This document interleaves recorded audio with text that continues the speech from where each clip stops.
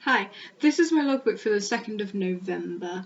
So we've just done the horror walk, and so on Monday I wrote on my action plan that I wasn't going to do anything because I know that I'm going to be tired after the horror walk, and no doubt I was, and so that's what I decided. But Tuesday I have this target, which is my target for this session is to work on my monologues to make sure that they are both running smoothly. I know I've paid extra attention to my contemporary, but I'm aware that my classical needs some looking at as well. I want to make sure that I'm applying all of my feedback to make this performance the best that I can. This is my target because I know how important it is to apply feedback to become a good actor. I will achieve this by going through all of my feedback over the previous sessions, rehearsing my monologues and seeing how they turn out, asking people to watch possibly if they could. This will help me in the future because it shows that I'm dedicated to working on my pieces to make them the best that I can be. This will also help me get a distinction in practical skills because it shows that I have an in-depth understanding of the performance requirements, and I am thorough in my context as well. I'm very good at English, apparently.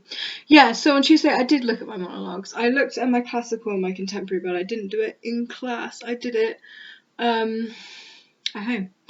But I looked at them and I went through them. They're really good, but I am struggling a bit with gestures on my classical because I think at first they were quite refined and they were good, but now they've gotten a bit flingy with my hands. I'm not pushing out to my fingertips when I use my hands. I'm not like tensing up my arms enough, and so my hands are getting kind of flingy, which is really obviously not right, and that shouldn't be happening.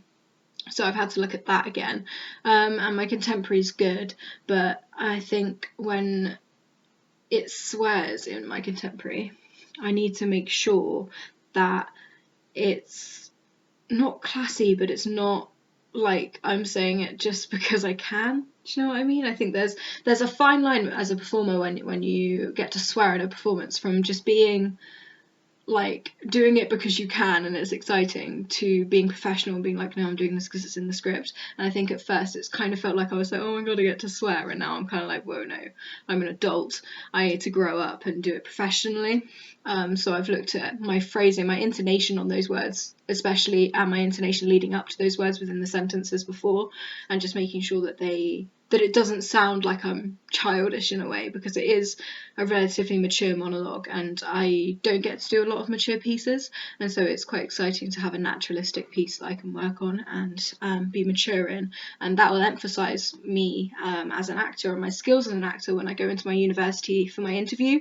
It will show me that show them that I can take on pieces that are serious but also have like comedic undertones, I guess.